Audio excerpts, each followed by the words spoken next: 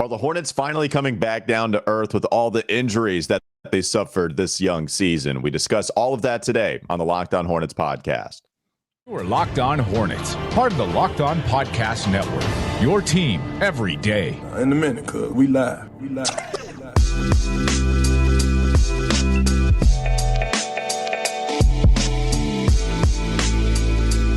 It's Locked On Hornets, a part of the Locked On Podcast Network. It's your team every day. Thanks for making us your first listen. We're free and available anywhere you get your pods. I'm Walker Mail. You can find me on WFNZ on the midday. That's Doug Branson. You can catch more of his work on his Substack, Every Hornets Boxscore, at everyhornetsboxscore.com. Not exactly the greatest of write-ups that you would find on everyhornetsboxscore.com today because the Hornets lost. That did seem like I was coming after the work. A little bit of a hit job. Why did I catch a stray? Just because the Hornets can't beat the Bulls? Yeah. Well, everybody suffers, Doug. When the Hornets don't win, then everybody suffers, and that includes the value of your work, which apparently I decided to just trash right off the rip. Go check it out. It's awful this morning. It's just not the happiest of write-ups now because the Hornets, they did lose 106-88 last night to the Chicago Bulls.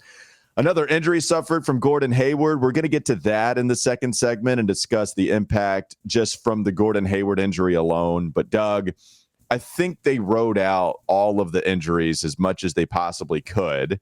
They won against Golden State, inexplicably so. They competed against some of these other teams. They blew out the Spurs. They blew out the Hawks after they fell to, what was it, like a 15? Was it? I don't think it got to 20, but they fell to a big deficit. The Atlanta Hawks early on, and that was without Cody Martin. Eventually, you lost Terry after playing a couple games, and then LaMelo has not played 1 second so far after getting hurt in the preseason. Yeah, it's starting to look like what I thought it would, especially after all the injuries. And the Hornets moved to 3-5 on the young year. Hopefully these guys can come back as soon as they possibly can. Yeah, well, let's talk about what they're missing, right? LaMelo Ball obviously is going to attract a lot of attention by opposing defenses. He can move defenses with his pass, off the dribble as well. But his three-point shooting, they're missing that significantly. Terry Rozier, again, gamer, certified gamer, fourth quarter, clutch performer, but also his three-point shooting, they're missing that. Cody Martin, they could have used bench defense in this game when the Bulls bench was knocking down three-point shot after a three-point shot. I'm getting sick and tired, by the way, of these bench wrenches coming off the bench for these teams. Sacramento got it against Sacramento. Davion Mitchell. You gotta be used to it now, though, man. This is what happens. Oh, man, this is crazy. These non-three-point shooters deciding, okay, this is the opportunity I have now to knock down three-point shots against the Hornets.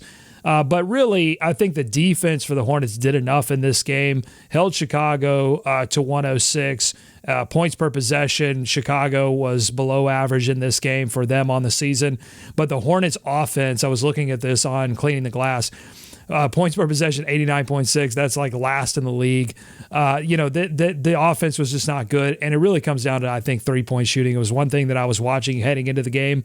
The Hornets are actually, before this game, they were top 10 in three-point percentage, but they were near bottom of the league with the Bulls in three-point attempts, which is just so dramatically different than last season. But losing all of these players is finally catching up as the deep bench regresses to the mean. They can get to the paint, but when you kick out, there's just not a lot of confidence in the players that are in these lineups that you're going to find a three-point shooter immediately who can rise up. It's Kelly. Jalen went cold. But really, it's kind of Kelly. Like, Kelly's it in terms of like a knockdown three-point shooter. Who else is out there really cold-blooded from three?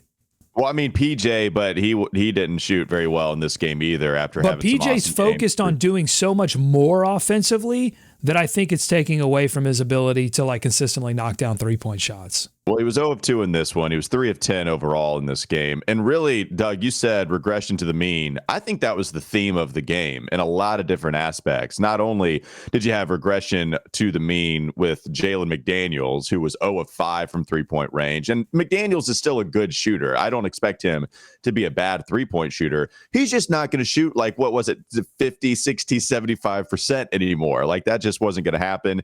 And he missed a lot of shots from deep yesterday. But I do think he made up for it with transition. I mean, the guy just hustles all over the place. Five steals. Yeah, I mean, 36 minutes for McDaniels, still playing good defense. I know Nada, our buddy, didn't like his closeouts. I'd argue it's more rotation than it is closeouts because he didn't let anybody drive by him from what I can remember. It was just them focusing so hard on not allowing points in the paint because that's the identity, right? That's Steve Clifford, coming out and putting a blanket statement over what they want to do, saying, hey, the most efficient shot for a team is to get to the free throw line and hitting layups. Will allow open threes all day long. It's very James Borrego-esque in that sense, as far as them preaching the same thing. So McDaniels closing in hard on any drivers, and then you just show a hand as you're running out to a shooter on the 3-point line, as long as you don't get blown by. So, anyways, that was the McDaniels thing. PJ coming back to the mean as well. You talk about the bench for Chicago, Doug. They were awesome. Like, look at their box score all around from basically everybody except for the rookie, Terry. Javonte Graham was 7 of 7 from the field, hit all 3 of his 3-pointers, 8 rebounds. Javonte Green, sorry. What did I say? You said Devontae Graham, I think. Did I say Javonte? I say Javonte. Anyways, Javonte Green. Sorry. Yes, you're just wishing, that's where the 3-point shooting is with the Charlotte Hornets right now. You are wishing and hoping that Devontae Graham was suddenly in a Hornets uniform again. That's right. No, 3 blocks, 2 steals, 8 rebounds. Perfect night. I mean, Javonte was crazy in this one, but also Derek Jones, Goran Dragic, Alex Caruso, they went 8 of 11 from 3, and all of them contributed. So they were fantastic. They also got to the foul line and only missed 2 of the free throws that they took. So the bench for Chicago, man, I mean, they came in and played crazy all over the place. Steals, blocks, facilitating. You had 3 of the bench players get 3 assists apiece. I mean, it's like they were putting up the starting numbers. It was nuts. Well, and none of that is in the scouting report, right? I mean, that's what I'm saying. Like, I thought the defensive scheme, the defensive idea was executed really well. You look at DeMar DeRozan, 2 of 11 from the field. Zach LaVine, who wasn't even supposed to play in this game because they were trying to load manage some knee issues that he has, but he decides to give it a go. He was 4 of 16 from the field, only 19 points in between those 2 powerhouse players. I'll go ahead and add Nikola Vucevic, who typically just dominates the Hornets. He was 5 of 16. They were letting him shoot 3-pointers all night long, and they were sinking way down to take away what DeRozan does in the mid-range game. He only had 14. You have to also factor in the fact that the Bulls were on the second night of a back-to-back, and I looked in that game against the Nets. It was starter heavy. They went starter heavy to try to compete against the Nets, so that bench unit was itching. They were itching. They had some energy, and they came out and they popped. I don't even think it's like Jalen McDaniels or PJ regressing to the mean. I'm really talking about Teo Maledon and Nick Richards, Nick Richards had 4 points. Maledon, his confidence that he was showing early in this season looks to be completely gone. He was making there was a period of time when Maledon and Bouknight were both making some pretty serious mistakes offensively that was actively hurting the team. The team had 8 turnovers in the third quarter, and I thought really sank any opportunity that they had to come back in that game. But yeah, I mean, this was Bulls, a good Bulls team knocking the Hornets in the mouth on the second night of their back-to-back when they had a lot of energy off the bench, and the Hornets are just depleted at this point. Yeah, by the way, also just an impressive stat for the Hornets. How about 24 stocks, 12 apiece, 12 steals, 12 blocks for Charlotte? Everybody that played off of the bench recorded a block in this game. The energy was there, right? The energy was there, but you lose Gordon Hayward in that second half. Clifford mentioned it after the game. They're running so much offense through Gordon and PJ because you don't have LaMelo, because you don't have Terry, that when you lose one of those guys, you go in with a game plan, you go in with a number of plays that you're running through certain players. And when one of those players goes down and you don't have LaMelo or Terry as backups, then, suddenly so much of your offense you got to just throw away and go, all right, well, freelance out there. And the Bulls defense was too good to go, and the Hornets talent level so low that it was just not, that this is how you get that apocalyptic 88-point output. Yeah, I mean, they cut down on the turnovers from the 21, I believe, they had against the Kings. That was something Steve Clifford wanted to do. Chicago had shown a pretty nice ability to force turnovers on the opposing team. They had 3 early But still 16, you'd like to cut that down, but certainly it wasn't 21. And in the end, they just couldn't score enough. Now, you mentioned one of those players. Let's talk about him coming up next on the Locked On Hornets podcast. Don't go to sleep on the Hornets just yet. I want to discuss Gordon Hayward getting injured, not playing the entirety of the second half. What does that mean for the Hornets going forward? Just another injury we have to discuss. Not before you talk about BetOnline, though. BetOnline.net is your number one source for betting football and the start of the new basketball season. You can find all the latest player developments, team matchups, news, podcasts, and in-depth analysis on every game. And as always, BetOnline remains your continued source for all your sport wagering information with live betting and up-to-the-minute scores for every sport out there, the fastest and the easiest way to check in on all your favorite games and events, including MLB, MMA, boxing,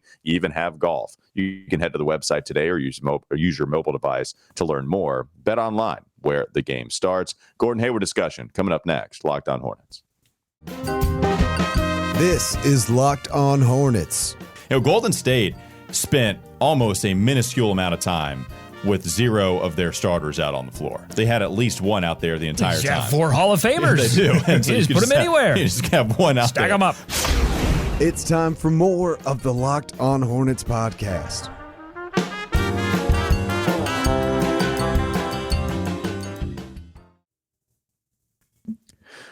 All right, Doug, you had Gordon Hayward. He got hurt in this game, did not play the entirety of the second half, but came out guns a-blazing to start this one, was really aggressive, driving the lane constantly, played 16 minutes, put up 11 shots, only hit 3 of them, only shot 3 3-pointers, did hit 1 of the 3-pointers on a kick out, I believe, in the corner, and ended up with 7 points. That was the stat line, but then he would exit the game with an injury. Now, I think we know that Gordon had been suffering this shoulder injury the Hornets had talked about, maybe affecting him the last couple of games, because Gordon was playing well in the first few contests and was efficient from the field. I can remember even against the Pelicans, I saw the aggression there where he only shot, I believe, 1 3-pointer out of the 19 field goal attempts, maybe 2 3-pointers, something like that.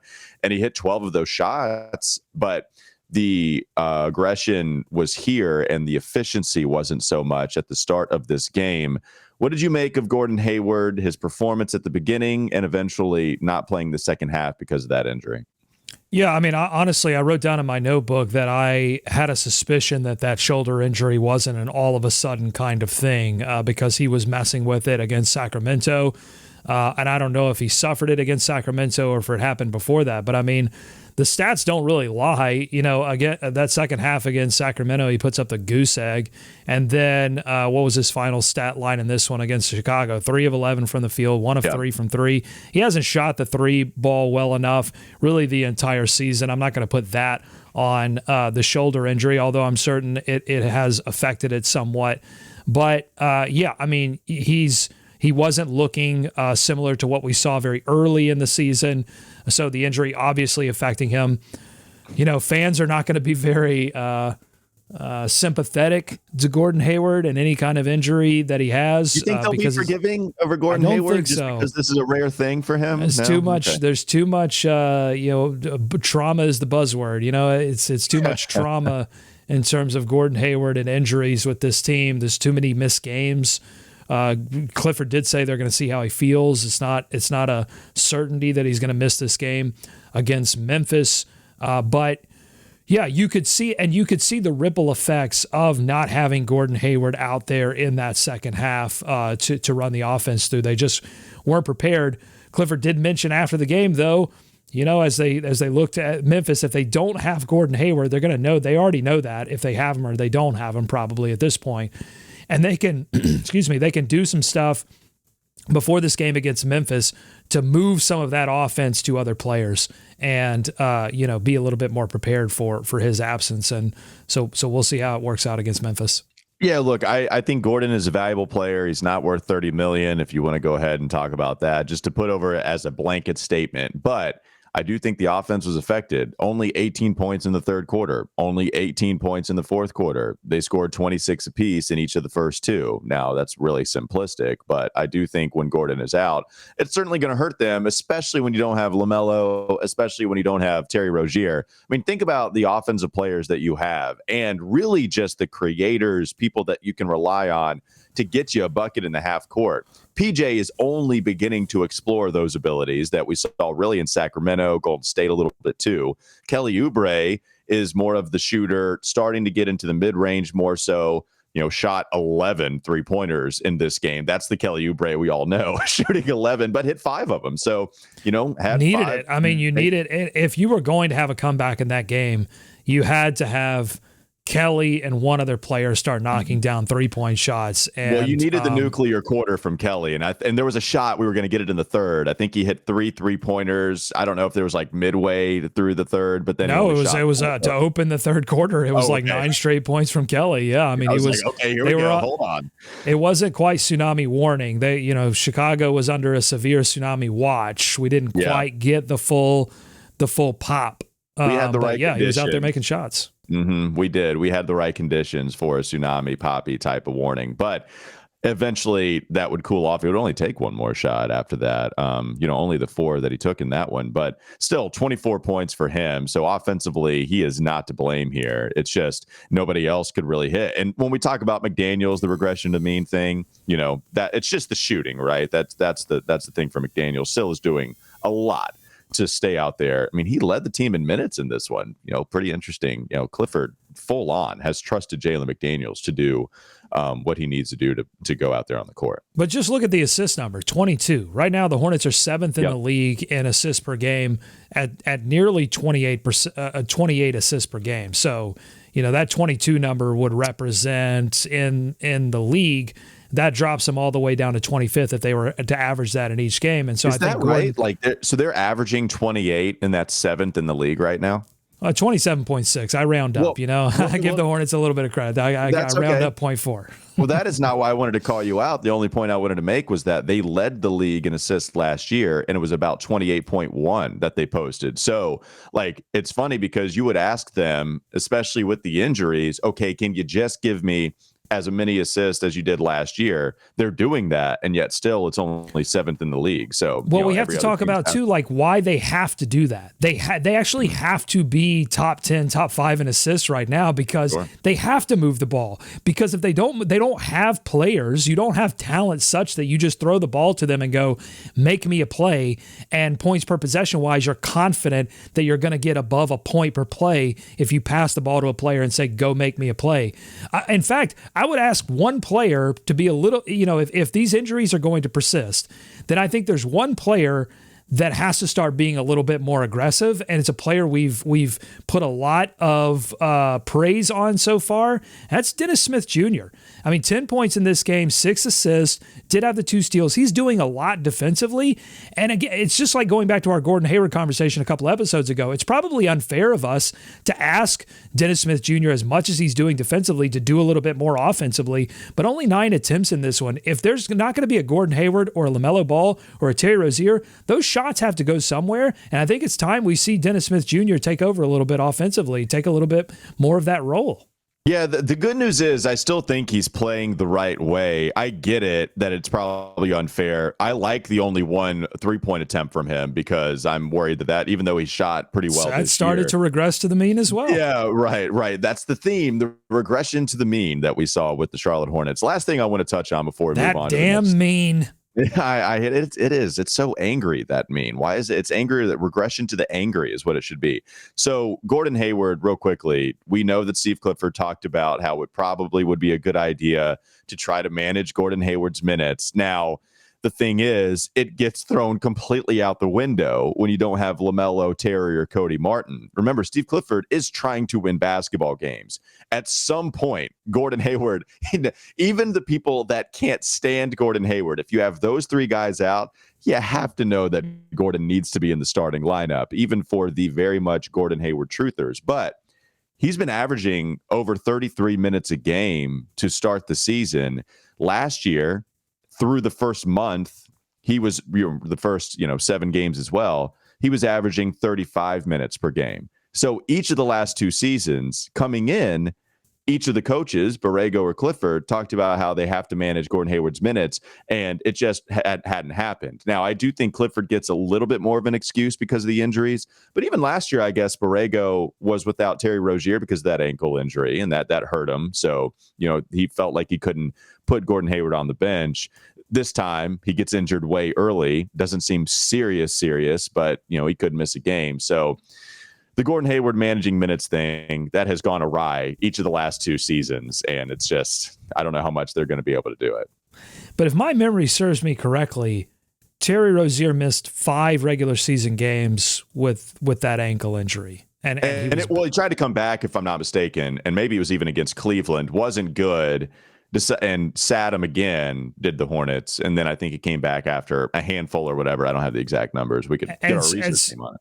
Yeah, and so maybe there's some institutional memory of that particular situation, and that's why it just seems like, Walker, that they're being extra careful with LaMelo Ball, Terry Rozier, and I don't have enough information on this Cody Martin injury to really even speculate as to what's going on there and when Cody would be back. That's even more mysterious to me.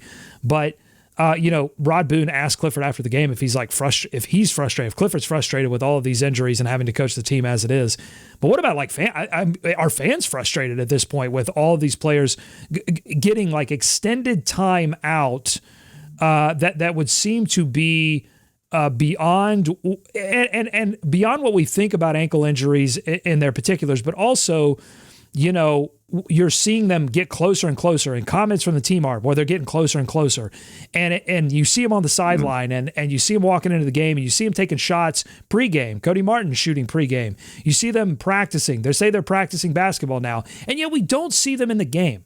And I wonder, like, at what point are you being too careful? Because these things aren't cut and dry decisions. Organizations let guys come back early or push guys to come back early, and sometimes it's right on time, sometimes it's too late. And so that would be my question. Like, where are we in this process? And does it feel like they're being a little too careful, a little too lackadaisical with this beginning part of the season and opportunities to win basketball games if they're serious about making the playoffs? Because if they're not serious about making the playoffs, then definitely be like ultra careful with the future of your franchise. But if you are actually trying to win, then it feels like there's not enough urgency around that right now. Yeah, I don't know. Yeah, right. And I understand your question. Nobody knows that. I think the way that they keep announcing LaMelo out pretty early, where Rozier and Cody Martin, they always have this doubtful designation that eventually turns into them being out. LaMelo is not doubtful. LaMelo is out initially as soon as we see the injury report. And just real quickly, Terry Rozier last year, he missed the first game against Indiana, came back for 22 minutes against Cleveland, the second game of the year, got, just wasn't good, wasn't ready to go, missed the next 4, and then would come back in the 7th game of the season. So, first 5 or so. Missed about 5 of the first 6 there for Terry Rozier, and kind of forced Borrego's hand a little bit to play Gordon Hayward more so, kind of happening with Steve Clifford, except on steroids, because now you don't have LaMelo and you don't have Cody Martin, and you're having to deal with just anybody that you can find that can handle the basketball. All right, coming up next on the Locked On Hornets podcast. Don't go to sleep on the Hornets just yet. Doug has informed me that anytime that we find any moment in the show where we just need a little pop, we need to go to the scribbles, as legendary broadcaster Jerry V might mention, or as Doug Branson has coined it, the Every Hornets Boxscore notebook. We might go to Doug's notebook coming up next on the Locked On Hornets podcast. Been utilizing, since we've been on YouTube, Walker, I've been utilizing the community page a little bit on our YouTube channel. By the way, that's youtube.com/@ Locked On Hornets. YouTube bringing out the handles, ats. So we're at Locked On Hornets. So on this, you can put polls up. And so I was interested, on this same line of thinking as I closed that last segment out on them being maybe the organization being a little too careful on these injuries. So I put some hypothetical polls out on the YouTube page, and I asked folks, hypothetically, if player X, so if Cody Martin, if Terry Rozier, if LaMelo Ball are at 90%, are you letting them play in the next Charlotte Hornets game? We'll start with Terry Rozier. If he's at 90%, are you letting Terry Rozier play in the next Charlotte Hornets game? 59% of the audience said yes. 41% said no. You go to LaMelo. If he's at 90%, are you letting LaMelo Ball play in the next Charlotte Hornets game? 58% of people said no. 42% said yes. So people are willing to sacrifice Terry Rozier. Right. They're willing to put him into the volcano, but not LaMelo Ball. Surprisingly, Cody Martin is sitting at 51% no. So people willing to sacrifice Terry Rozier and not Cody Martin or LaMelo Ball. So interesting. Yeah. Do you agree with those results? I would have voted. I would vote. I'm getting itchy, so I would vote yes in all the polls. I'm ready. If these guys can go, I think, and I've been saying that some of these good wins against Atlanta, where you come back after you're getting blown out in the first quarter and you make this crazy run. Atlanta's a really good team, and they played probably one of the worst games of the season against Charlotte. You get that win. You get the Golden State win where PJ wins a bunch of jump balls and they they beat them in overtime. Like, that was a crazy win. Could have gone either way. And the Hornets could easily be 1-7, which, by the way, Walker, I tweeted, and a few people got a little bit peeved.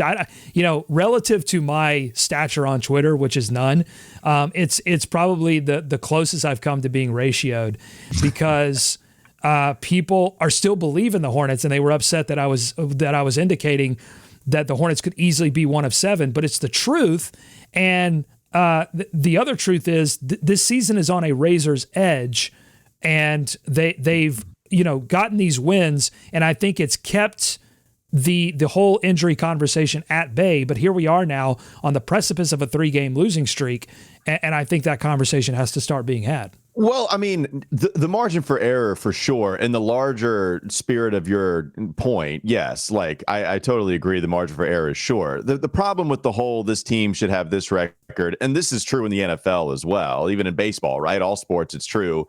There are plenty of things you could do whatever you want to support your argument, right? Like against the Knicks, that could have gone the Hornets' way, and you could add another win, there as well. Like, so. We're talking about just the shoe size, if you wanted to borrow the conversation around Kevin Durant. But you're right. Like, what we're seeing now is the fact that this is a team that has a bunch of injuries currently, and it's really affecting them. And these are not games you expect the Hornets to come in and win. They gave us a great start considering the circumstances, but these aren't games that you see them coming in and I'm like, okay, yeah, I'm going to bet money on the Hornets to win without LaMelo, without Terry, without Cody, now maybe without Gordon. I mean, it's tough, especially for a team with all those guys, by the way. Even if everybody was healthy, we were still talking about this team going into tank mode, and now you don't have your better players, your best player. Like, yeah, that's the tough part about all of this. A little bit more information, I think, would help, right? Hearing, like, I don't know, I'm looking at their faces after the game, and Terry doesn't look very happy after that game against Chicago. LaMelo doesn't look very happy with that result. Are they itching to play? Are they pushing to play? And the training staff is saying, no, we got to be more careful with this. You don't want to, suffer re-injury and be out for the rest of the year. We're looking at this from a long-term perspective. Maybe a little bit more information would help at this point in terms of just, other than saying, well, they're getting closer. They're getting closer. It's getting closer. Yeah. Like that, yeah. I think that is starting to get annoying, and it will get even more annoying if they're out for another 3 or 4 games and the Hornets start losing basketball games, because, you look at Zach LaVine. They were supposed to rest that knee. Zach LaVine said, no, I'm not going to rest that knee. I'm going to play, and I'm going to go beat the Charlotte Hornets. Are the Hornets a team? Well, maybe he did. Well, maybe he did. Speculation. Well, maybe he did. Who knows? Well, they said they were going to. They said they were not going to play him, and then all of a sudden, they play him. So if the organization is going to have the sort of benefit of not playing him, of resting him, but Zach LaVine benefits from playing. So, yeah, go ahead. Go ahead. No, go ahead. Jump in. It's a conversation between me and you. It's a back and forth. It's what I like. Go ahead, chop it up. Well, no, this is the pause I didn't know. So LaMelo Ball is out there in the preseason towards the end of the game, and LaMelo gets hurt in the second half of that preseason game. Was the Celtics as they were playing? I think they were playing the Wizards. He stepped on a foot. Or Wizards. Yeah. So there you go. That's in my notebook too, if you're wondering. I got it in my notebook. There you go. That's in the notebook. We're going to get to that in just a moment. And then it's not even a back and forth. It's just you at that point. I just nod, and you can see me do that on YouTube. But LaMelo is out there in the second half. Hornets get a little criticized. It's not this big talking point, but certainly it's a question. Hey, why is LaMelo out there in the preseason in the second half when he already logged, I think it was like at least 20 minutes at that point? The other point is, Doug, different regime, sure, but we can go back to LaMelo's rookie year when LaMelo gets hurt. His wrist is, I think it's like a fracture against the Clippers that he suffers. And then they put him back out there. They leave him out there for a while, if I'm not mistaken. And you saw him have that injury, and they leave him out there, even though it was clearly bothering him. But then they put him out there for the last 10 games of the season, and it's still bothering LaMelo, and his numbers suffer for it. And so I just wonder, based off of their past, okay, we push the envelope just a little bit with LaMelo. Now we need to make sure that we're taking care of him. And honestly, Doug, even with the circumstances being what they are, trying to win basketball games, with them suffering a few more injuries that make it harder to not play another guy if he's like 90%, maybe one person's at 70, 80, 90, whatever. Like, I would rather them exercise caution on all of this.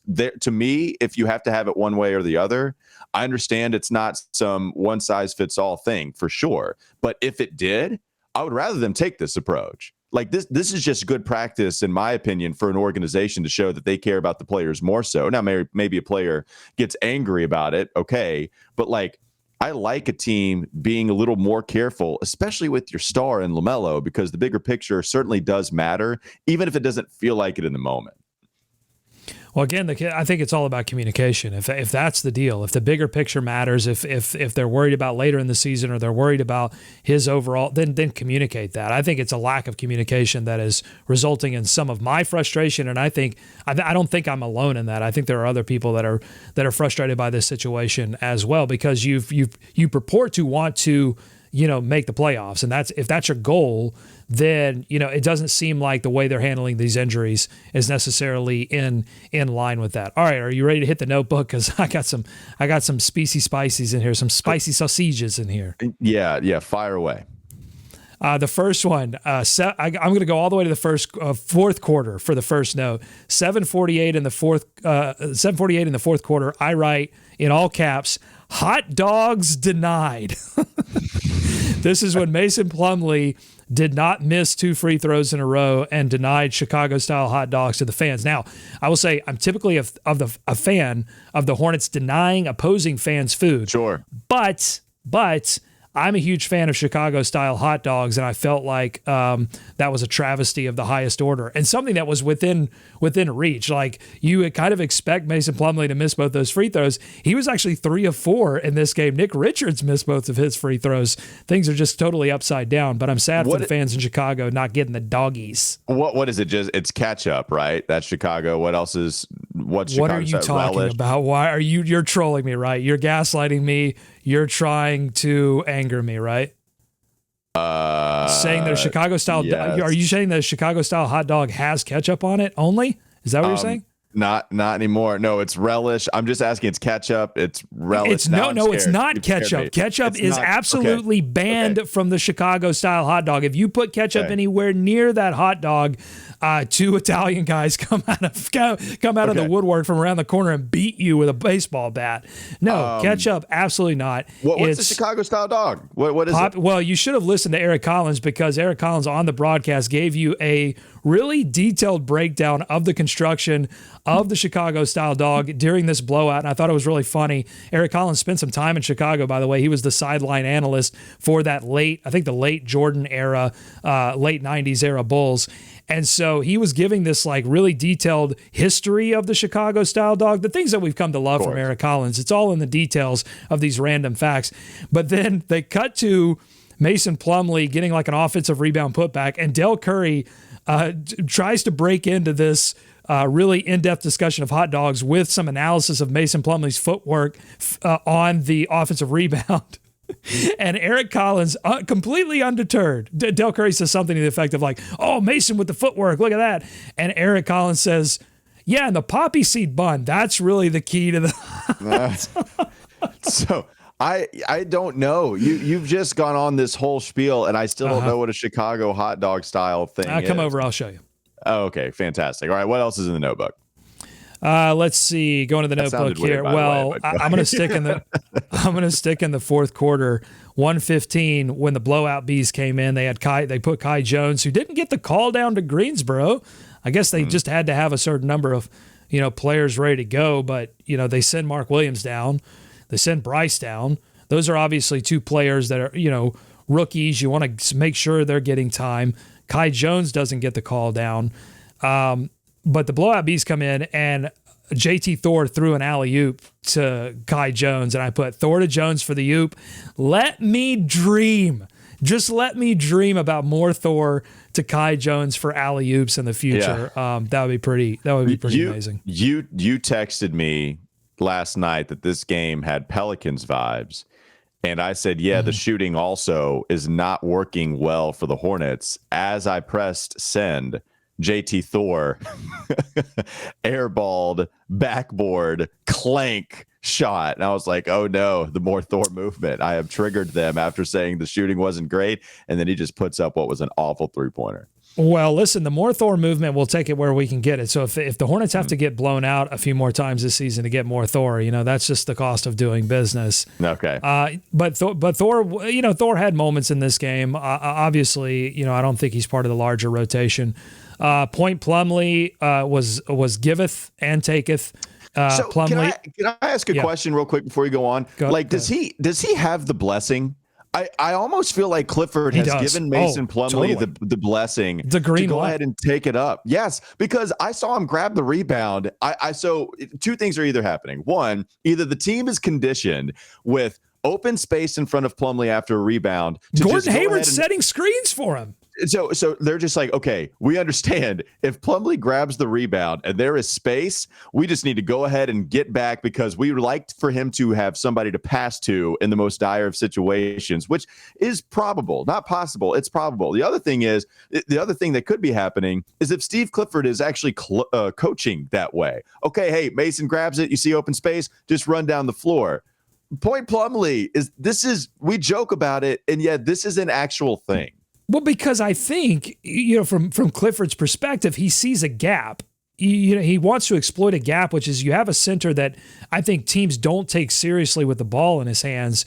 And Plumlee does have some ball handling skills that are probably outside of the range of what you would expect someone of his size to have. And he has enough to get to the rim and throw it down. We've seen it. There's evidence of it happening. The problem with it is that Point Plumlee cannot control himself. He giveth, but he cannot only giveth, he must taketh away. And it literally happened 2 minutes after that when he went face up on Vooch, and Vooch just took his cookies. Like, what are you trying to do? Face up? Plumlee taketh away. I'm pretty sure the Point Plumlee experience is like an algebraic equation. What you do to one side, you have to do to the other. It all has to balance. So if he has a breakaway reverse dunk, you are going to have a turnover next time he decides to break out Point Plumlee. Yeah, Point Plumlee respects the law of physics. Everything, liquids turn into gas, but there is a finite amount of sauce in the universe.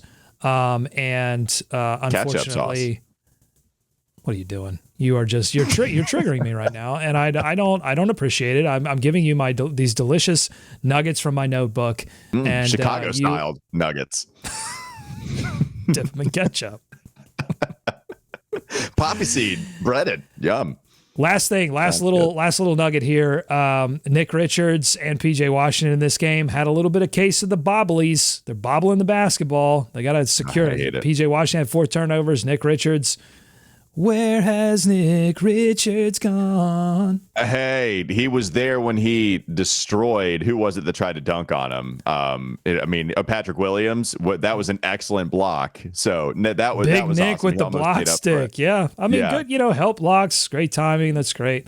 But they need offense right now. They don't need defense. They got enough defense. They need some offense from old Big Nick. Big Nick. Oh, I'm so whoa, easy. I'm still gonna take any of the blocks that Nick Richards is out there dishing. All right, that'll do it for Locked On Hornets, a Chicago style edition of Locked On Hornets. We appreciate you making us your first listen. Make your second listen Locked On NBA. It's your daily 30-minute update on everything taking place within the association. You can catch Locked On NBA wherever you get your podcast. Have a great rest of your day. We'll be back with you tomorrow.